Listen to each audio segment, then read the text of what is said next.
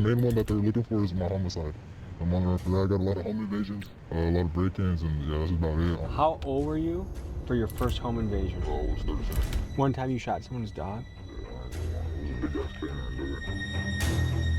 Jeez, poor Have you done a bunch dog. of high-speed chases? Oh, I've been on some sick ones, I'll tell you that. The cops, see how hard I can go, endanger civilians, that type of shit. I'm in the car with my best friend and he get killed next to me. I'm not gonna, I mean, I wouldn't call the police regardless, to be honest. It's just the type of person I am. I'm gonna go take care of myself. Is it time to start dipping, you think? Have we been here too long?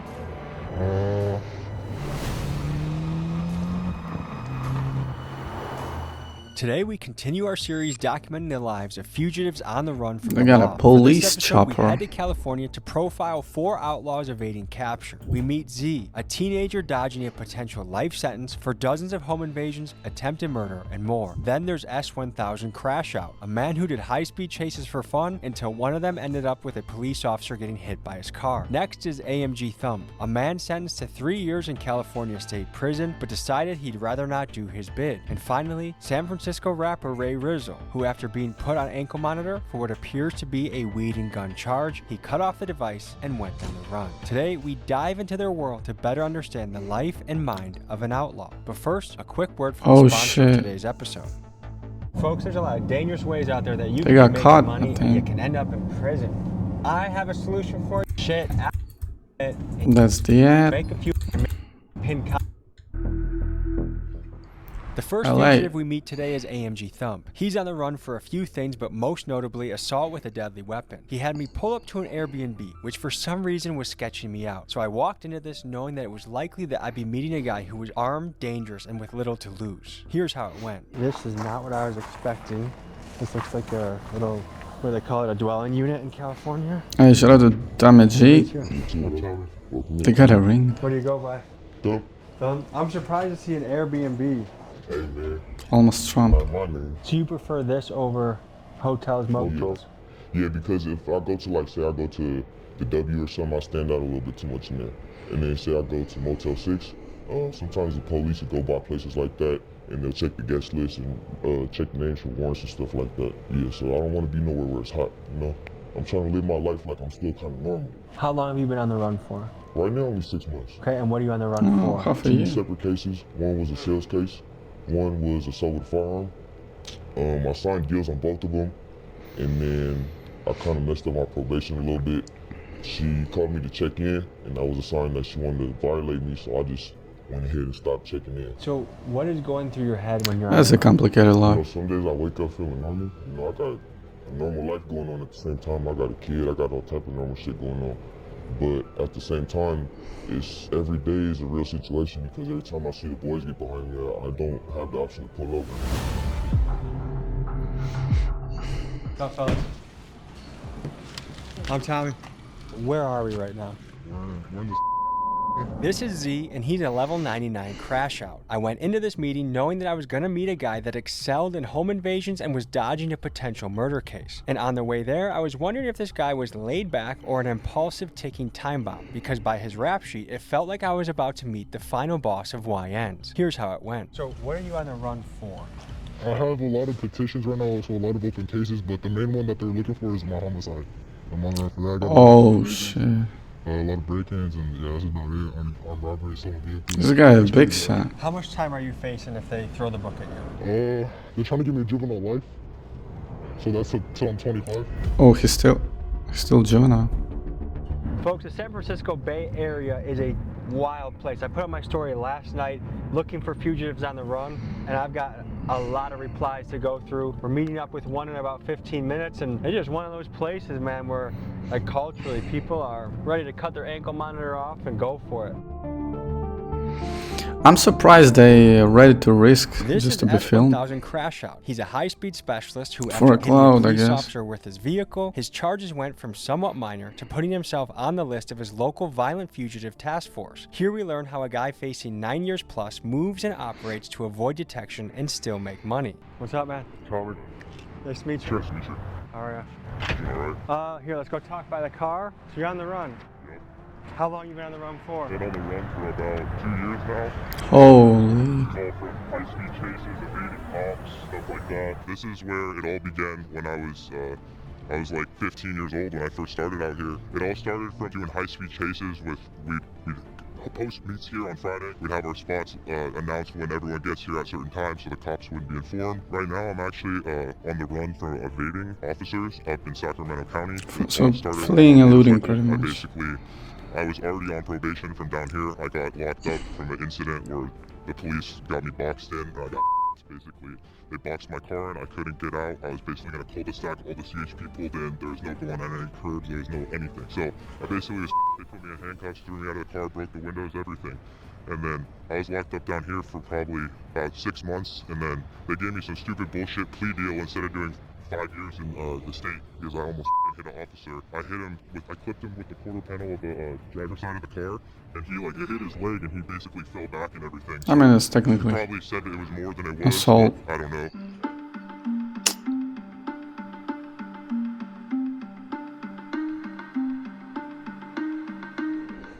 We got one more fugitive tonight.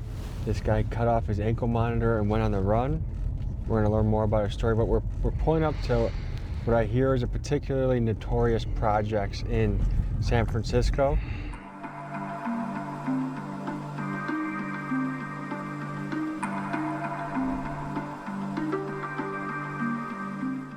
I hear you might be on the run. Yeah. This is Ray Rizzo. He's a San Francisco rapper that sounds like this. Fuck the police and pussies don't wanna see me happy. They tryna take me down, I'm tryna take my family to Miami. Folks, Ray's battling a weed case on the East Coast and a gun case on the West Coast. And one day, he felt his best option was to cut off his ankle monitor, break probation, and he's been on the run ever since. Yeah. Wait, he makes rap? For? I'm gonna keep it real, bro. It only been like 3 months. I'm kind of a short stopper right now. Describe those last 3 months. How has it been? I ain't gonna lie, I can't breathe under that mask, bro. Yeah, I just marched up hella shit, bro. I got There's a lot of hills in San Francisco too. Sure. Yeah. I ain't gonna lie, bro. This was a military base. Yeah. Yeah, that's what it was before public housing and shit, low income housing. Wait, can you say Oh, what you're on that's the run crazy. for, allegedly? Man, bro. Shit, I'm on the run. Chop the ankle off. I ain't gonna lie, but for good reasons though, bro. Like at the end of the day, I got played, bro. Like motherfucker played me. Pennsylvania put a warrant out for my arrest 4 days before I'm getting off their probation and shit, bro. You feel me? I've been on ankle monitor 16 months. A motherfucker want me to lose, bro. They want me to lose. Like the system want a nigga locked up, bro. I'm gonna keep it real. So you did a West Coast thing and an East Coast thing. Yeah, when I was 18, I caught a case. Yeah, when I was 18 out there on the road, I got a what is it called? An extradition warrant. So they could bring you to Pennsylvania. Yeah. So you would serve time here, then go over there. Yeah, but the thing is, bro, they slime me out. Like, you know, they've been asking my PO for good progress reports. My PO been giving them. And it's like, they gonna put a warrant on my arrest 4 days before I was getting off their probation. And drop the case. They slime me out. Hey guys, remember that app from the beginning? We played it, made some money. Come on, man. Years now rather than add on to it later. Man, I feel like I'm young and like right now is my time to make a mark and figure out who I am and do my thing. And my son is still young and I feel like I want to be there to raise him up. And I know 3 years isn't that long, but that's a long time for me. I'm an active father and stuff like that, so it's important that I'm there for my son. And I feel like if I got to do the 3 years regardless, I might as well push it off a little bit. How important is it to have a woman with you on the run? Oh man. Is she also on the run? Yeah. Also in the Airbnb was Thump's girlfriend, who also happened to be on the run. And due to a few situations going on in her life, she was not able to be on camera with Thump. And what for? She had her case. She was in county jail. She signed for her time, but then you go back for final sentencing. So at that court date where she signed her time, they asked that she get bail before her mom was sick or something like that. They asked that she get bail so she could go see her mom before she go and do her prison term. They granted her bail, she bailed out, and then she never went to go final sentencing. Like, so you're not held in jail, so you bailed out. Right. Is California a 10% state? Yeah. Okay. And do you remember what your bail was? The bail was $50K, so I put it $5,000.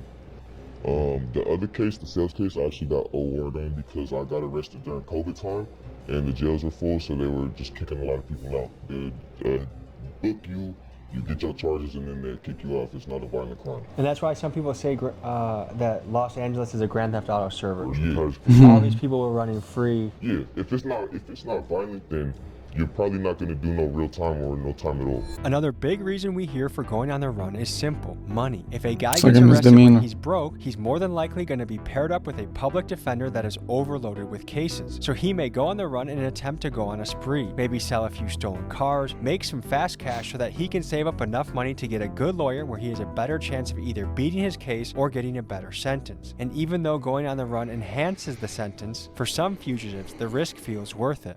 Can you tell us the alleged situation that led to your case, assault with a deadly weapon? Just some bullshit. An argument that had ensued between a family member of mine and a neighbor. They knew I had a firearm on me, so they called the police and said that I upped it on them. But if I upped it on them, I would have, done my thing. So the police took their word for it. It was witnesses and stuff that said I didn't. You feel me? They said I did brandish the weapon, cause I was holding the backpack, but I never put the weapon out. It shouldn't have been assault with a firearm in the first place. It really should have been brandishing. What happened recently? Well, it was really fucked up. They baited us. So we're in the left lane, going probably like 80, 85, not too fast. And then this Silverado comes up speeding, and he's like toying with us and shit. And I'm like, fuck, give it to him a little bit. I'm playing with him, and then he hit the lights. I'm like, oh shit, he baited me. But he hit the lights like it was a warning. So I'm like, all right, cool. He flicked them off. I'm like, all right, let me chill out. And I look in the rear view, I'm like, oh shit, they behind me too. And then he hit the lights, I'm like, fuck it, I'll take off. And did they run your place to know who you were? Yeah, but it wasn't my car. If you're doing it all by yourself and you don't have anybody that's gonna look out for you and want to help your situation, then it might be hard. But if you're a solid dude and you make good connections and you've done good by people, and people gonna do good by you. I'm curious how heavy or light you pack. Yeah, definitely need some network there. As you can see, I don't bring anything with me. I buy new t-shirts every day. I switch clothes and all that, throw the shoes out because you see these, that's from running through the field the other night. How are you bringing money in these days? I work on cars, I do my little thing with the cars. That's my main source of income right there is the cars. What is something you miss the most when you're on the run? Sometimes I just wish when I see them blue lights I could pull over. Because when you're younger it's fun, and it's like these cars are so easy to get away from them.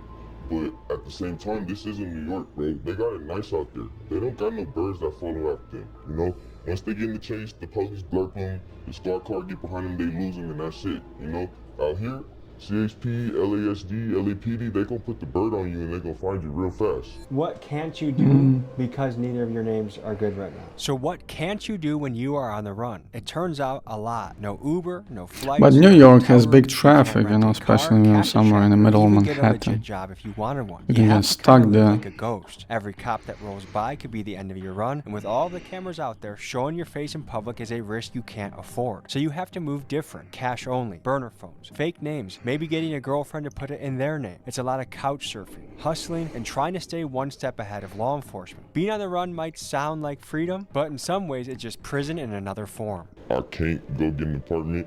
I can't go lease a car. I can't go I need a new ID. I can't go renew my ID. I can't go to my son's school and say what's up if I want to. My son is everything, bro, so that's what I do it for. So how often are you skipping from town to town? It's really like an intuition thing. I'll kind of get a feeling and be like, we gotta bounce out, sometimes I'll post up somewhere in the town for like a month and I'll be like, oh, it's cool right here. And then you don't want to be there too long though, because it's like when we got cars, we got flashy cars, and I stand out in certain places we go to. I'm not like a regular type of person. So in the last 6 months you've been on the run, Yeah, how many different places do you feel like you've slept in? probably like at least 50 to 60. It's very stressful. Do you wish for a home base in the Yeah, future? man, that's what I wanted since I was a kid. Have you been in a lot of moving situations since a kid? Yeah, You moved a lot as a kid. yeah. So would you say, even from childhood, your life was relatively chaotic? Yeah, homeless a lot and stuff like that. What was your childhood? My mom was just a single mom. She was a waitress. Tough childhood. And she did alright with tips and stuff. But as I started to get older, and I think not having a father played a big role in me acting out, and my mom didn't really know how to deal with it, I started to realize mom works late. If I would have had a more stable household, things would have been a lot different for me. You know? Yeah, life could have been a lot different if I would have had guidance and structure and a routine. That's fucked up. Yeah. That is fucked Routine. up. I started to realize that once I had my That's own a good son, way like, to that's put it. fucked up. While we were chilling with Thump, he pulled up a YouTube video that showed one of the recent encounters he and his girlfriend had with law enforcement. What we're about to see is a high-speed chase that ended in their arrest, and this incident happened shortly before they had to go on the run. Yeah, so we got blurred. We ran. We probably going like 130 right there. They hit us with a spike strip. We went up into the canyons. We lost gas and then we wrecked out. So what's going through your mind right now and what's happening? Oh man. And they got away. That's Fuck, pretty. bro, it's over crazy. with. It's gonna be a bad night. So this is before or after you were on the run? This is right before. Yeah, this is right before. You were driving or not? Nah, she was driving. Is she good at driving? Yeah, she could drive, bro. Yeah, so I keep it real simple, bro. I keep my weed with me. I got It's like a getaway drive at this good work, point. keep it healthy and shit like that. When it comes to my clothing and apparel, I switch out the t-shirt every day. I keep the pro club or something like that if I want to get flying. I got a storage unit. You know, I pull up to my storage unit, swap out my clothes, fix the wardrobe up, and get fly for the day. But other than that, I keep it real simple. I don't carry a lot of bags with me or nothing because I gotta be ready to go. If the time comes and I gotta go, I'm gonna go. And I don't want to be like looking around for this, that, and the Such a complicated life. Deal for, some stuff. I don't know if Jeez. it'll ever not be intriguing to me, understanding why some people make the choices they do to sacrifice so much. I really can't think of many things worth living in a cage for. There is something to be said about adrenaline. And you can get it a lot of ways, whether you're a Navy SEAL or a skydiver, a home invader. That is a crazy level of adrenaline. So I can see why there's an addiction there. But I guess piecing together some of these stories, I would guess across the board, a lack of a really stable father figure will be a consistent variable in a lot of these stories. And I don't think we should underestimate that. Home invasions. Allegedly, how many are we talking? They're trying to say 20, but I know a lot more than that. I've talked to hitmen, but home invasion seems like a very intense thing to do. Yeah, I do it for the adrenaline rush, really, to be honest. I've been doing this shit since I was a youngin'. What's your mission when you do a home invasion? Shit, trying to come up on gold, on money, on saves. That's about it. How do you look for a house? You gotta scout it, to be honest, for like 2 to 3 weeks, maybe a month. And then that's how you really know if it's a green hit or not. And the biggest job you ever did, what was the reward you got from it? Like 600 G's and a lot of gold. $600,000. Yeah, it was an Asian house. What did you do? Asian house. It wasn't all mine necessarily because I was with a couple people, so we split it down. Some we just chilled. We didn't post nothing, that's how we get caught. And flashy, we just stay to ourselves. Have you ever gone into a house where they were there? Yes, actually. Family left, but I guess their son was still there. We ran up in there, seen the son, we ran out. Because you feel me, I got morals and respect, and I wouldn't do nothing crazy like that in front of a little kid. He was a little kid. So what would you say motivates you when you're doing something as crazy as home invasions? Shit, when I see my big cousin do it, I ain't gonna lie, he had all this money, I'm like, fuck, nigga, I need to eat too. And what makes you say I'm gonna eat this way versus, I don't know, a warehouse job or a truck driver or a banker? Because to be honest, like, I could make someone's yearly salary of just one play, and I do this shit for a living, bro. I don't know why. Like, I have so much money, I'm still here. What was your childhood like? To be honest, my pops was locked up my whole life, bro. He just passed away like 2 years ago, but yeah, this shit was locked up my whole life. I had him around for like 2-3 years. It says that my mom has been raising me. I live with my mom and my grandma, and shit, I've just been around since. What was your dad in prison for? Same shit I'm doing. Now, there's some people that would say, hey, you know, Just like not his your dad, fault. huh? It's, you know, your dad wasn't in the picture. That's why things went wrong. It's the parents. Like, what would you say to that? Nah. My mom never raised me like this, to be honest. That's why I feel so bad for her. I mean, we be going into it sometimes, but nah, this ain't how she raised me. Do you feel like you grew up too fast? Yeah. Like, at what age did you hop off the porch? When I was like 11. Tell me, if you could just wave a magic wand and everything would go back to normal, would you get a 9 to 5 and do things by the book? Yeah, I would. I would be an electrician. Is it time to start dipping, you think? Have we been here too long?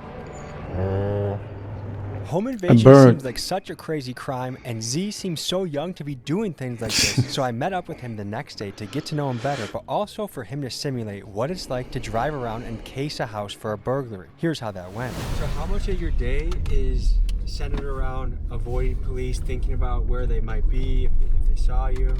All the time I have a radar and I have a scanner. So whenever I'm up to no good, I'm knowing where the cops are at. So how old were you for your first home invasion? I was 13. And what was your job in that one? Like what role on the team did you play?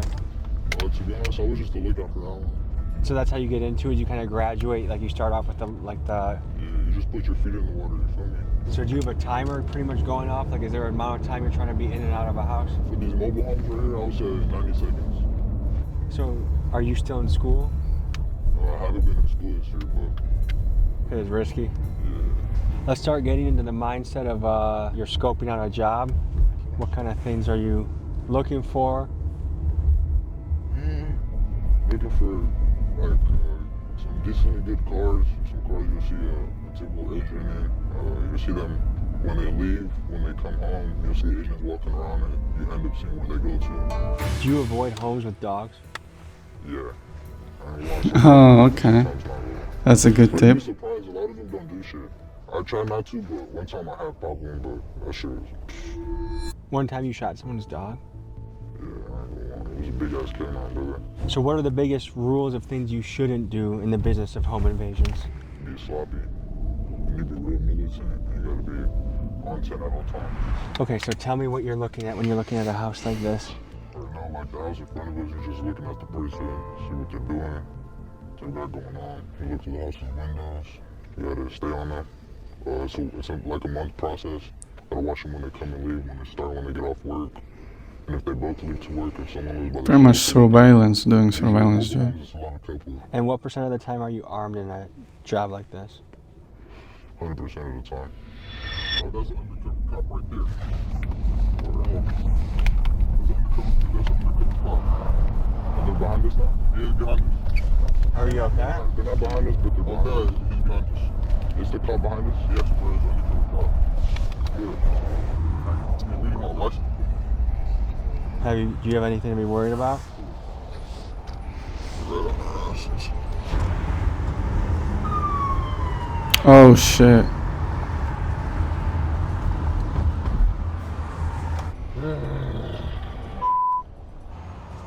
Hey boss. What's up, dude? The reason we stopped you is you don't have a front plate. And My front face right here. correct. It needs to be affixed to the front bumper. I'm not just hopping out. That way we don't get smoked by a car. I have to get on the wheelchair? Sure. It's a lawful order? Yes, sir. Holy shit.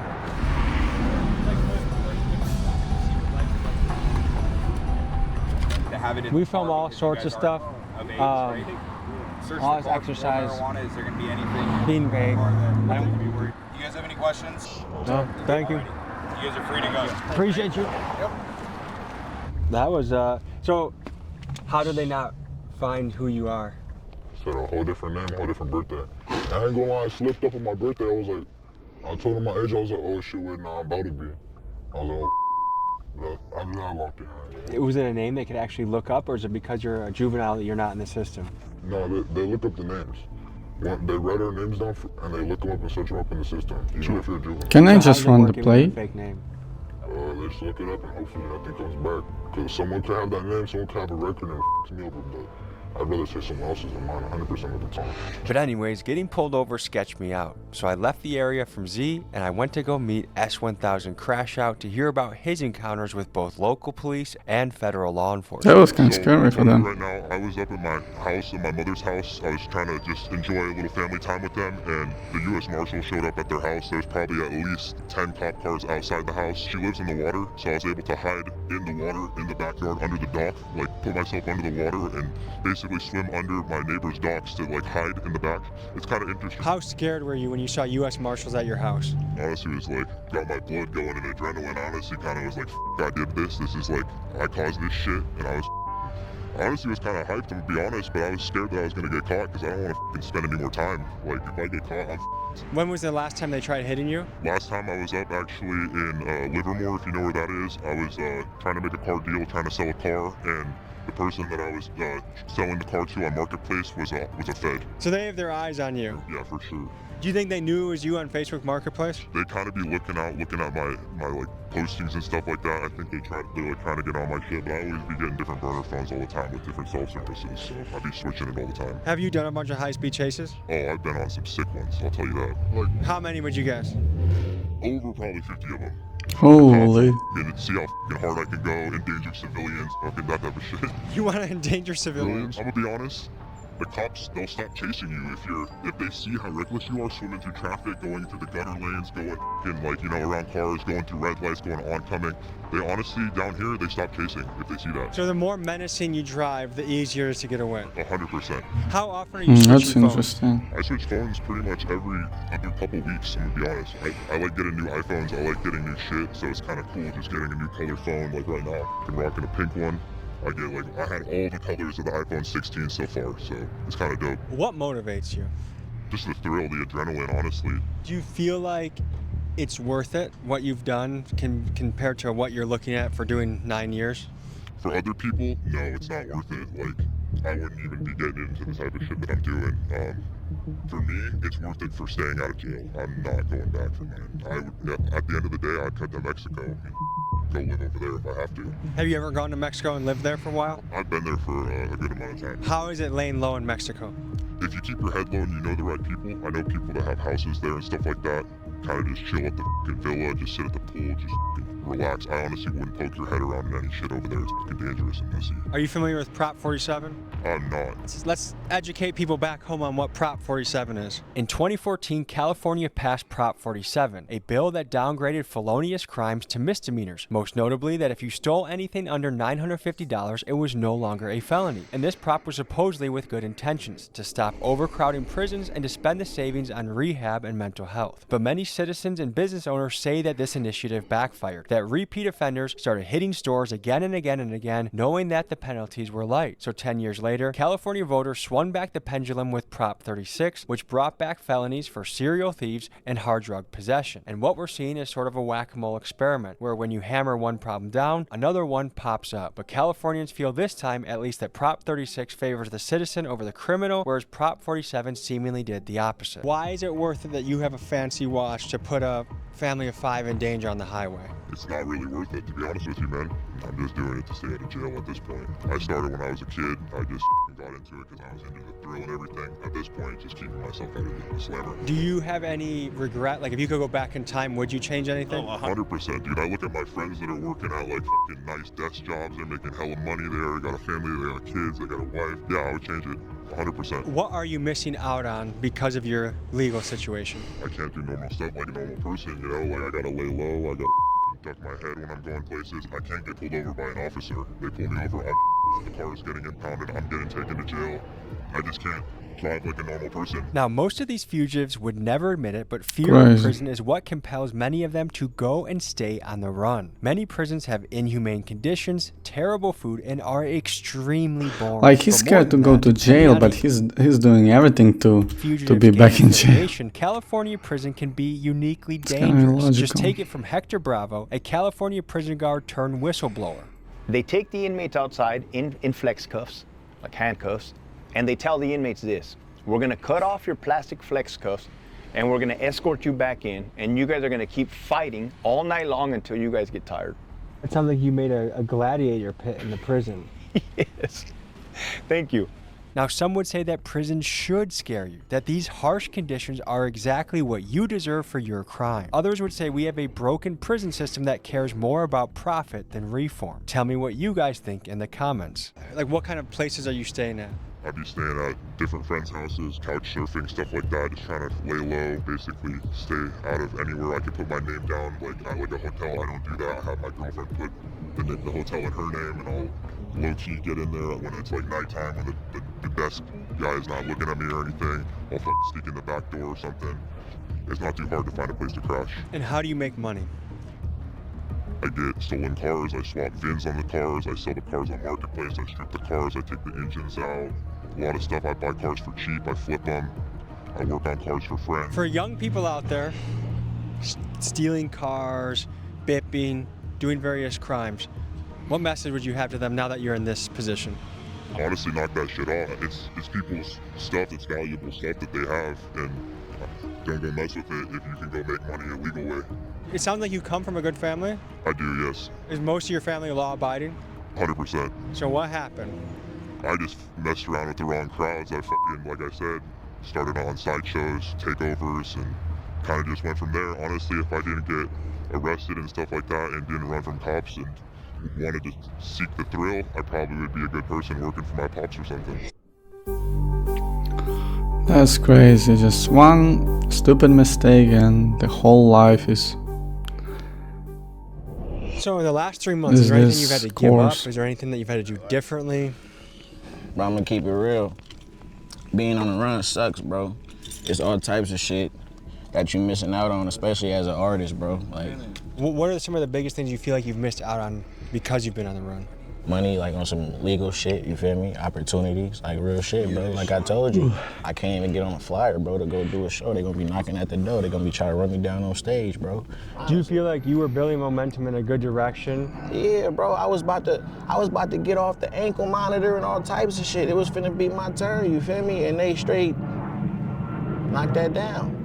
Like the day after I was supposed to get off their probation, she was supposed to be telling me, hey, good job, you did it. I called, she talking about I got bad news. Fuck. And how quickly from getting that phone call did you decide to cut your ankle monitor off? I'm gonna keep it real, bro. Took me about 10, 15. I'm gonna keep it all the way 100. Is there a lot of family? I thought for that 10, 15. I called folks and, you feel me, try to get, you know, back into the day, it's my decision. That's what everybody told me was my decision, bro. But I had to make a quick decision, bro. Like, end of the day, I was doing so good, you feel me? So do you feel like it's harder to move in a positive direction now? Hell yeah, bro. Knowing at any given moment, bro, if them people get behind me, it's a big chance that I'm going down. You feel me? So right now, like it's hard. You can't book a plane ticket. You can't book a hotel. Can't get something in your name, a car, a house in your name. Bro, none of that You shit, kind of got bro. cooked None of by that a shit. system, I Real guess. shit. Yeah. And that be where they trying to catch you at, bro, in your car. So a lot of people might be picturing like, okay, Especially on with the run, timing. like there's a lot of action happening throughout a day. But is a lot of your day just kind of sitting in a room looking out the window? It be days like that. Yeah. I ain't gonna lie, it been days like that for sure. It been days where a nigga in the crib damn near kind of depressed, bro.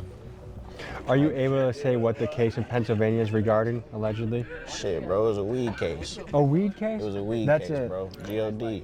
Pennsylvania, that shit illegal out there, bro, so they not playing. I thought you were gonna say murder or something. A Fuck weed nah, case? bro. Fuck nah, bro. I A feel weed like case, like usually I don't weed say case, bro. usually I don't say free my guy, but if it's truly a weed case, I said free my guy. Thank you, bro. So did you grow up here? Yeah, I grew up here, bro. So what was childhood like? Tell me about your family. What was it like? I ain't gonna lie, bro. It was lit out here. My auntie was pretty strict on me, feel me? So it was real dangerous out here, bro. So I really couldn't even, I really couldn't even get through the trenches like that for real to a certain age. Like auntie wasn't playing. It was real shit, real grown man shit going on around this motherfucker for real. Like, yeah, my auntie raised me. You know. How old were you when you jumped off the porch? I ain't gonna lie, bro. When I really started really being in the streets, bro, it was then in high school. Like, but the thing is, bro, I've been out here though, bro, on some Project Baby shit. Been out here though, you feel me? Like literally. But most of these people don't even live right here. They just ain't boarded up yet. So this one's empty right here? Yeah, this one empty. What does that make you think to see that? This shit's sad at sometimes, bro. This shit's sad, bro. Like, it hurt to see this shit getting knocked down. It's the old crib.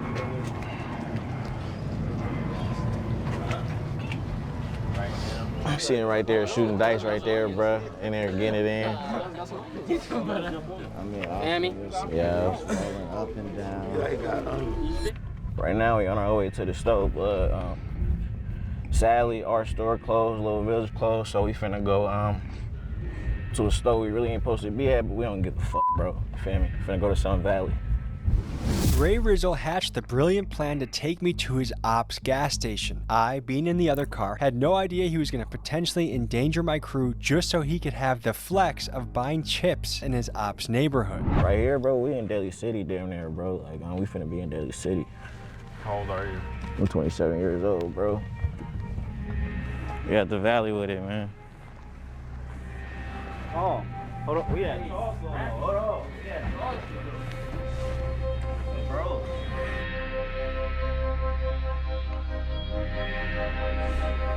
Honestly, I'm always on my 10.